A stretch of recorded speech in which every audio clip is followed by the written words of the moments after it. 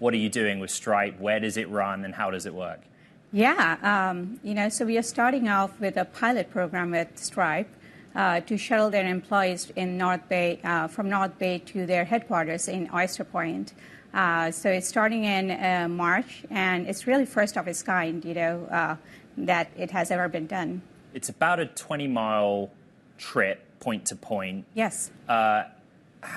What would the experience be for a Stripe employee, in the morning, getting into work in that method of transport? Absolutely. You see, the biggest disruption I feel that Navier vessels can bring is transportation in coastal cities, where we are, so frustrated by the traffic. And traffic, when you think about it, is mostly due to employees going to work in the morning, right, by driving their own cars.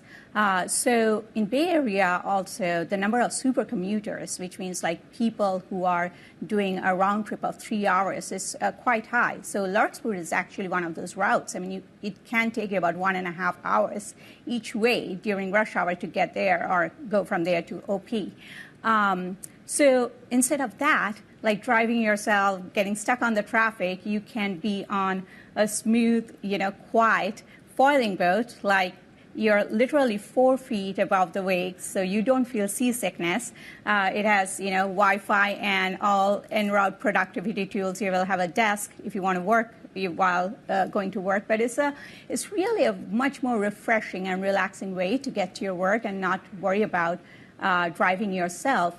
And also, as a part of it, you are reducing the carbon footprint, right? Each of these vessels taking a bunch of people off cars off the road. Let's talk about the technology then. You are doing production. You're at the early stages of building out the fleet. What is it that's unique about Navier from the drivetrain or powertrain perspective and the design? Right. So, 46% of the world, lives in congested coastal cities. And, we are talking about, how do we attack, traffic problems? Should we build flying cars? Should we dig tunnels? But coastal cities, whether San Francisco, New York, have this big real estate called, the water, right? Super underutilized because we could not figure out how to build high-speed boats that are like cost-effective operation cost-wise, as well as actually convenient, smooth, and have a good ride quality. And you've cracked that? That is exactly the two key problems that we address is like operational cost and ride quality. And how we do that is electric and hydrofoil. So hydrofoil takes a boat just like, it's like an airplane. So we have wings underwater at a certain speed. The boat, rises above the water. It has lift. And with electric, it's quiet. It's smooth. So you don't have this, gas-guzzling engine noises. So it's a very transformative experience. So since you're not pushing water, you're more than 10 times efficient than a traditional gas boat. And that is the big disruption when it comes to cost. Very quickly, Bay Area is the start. Where do you expand to? Just 30 seconds.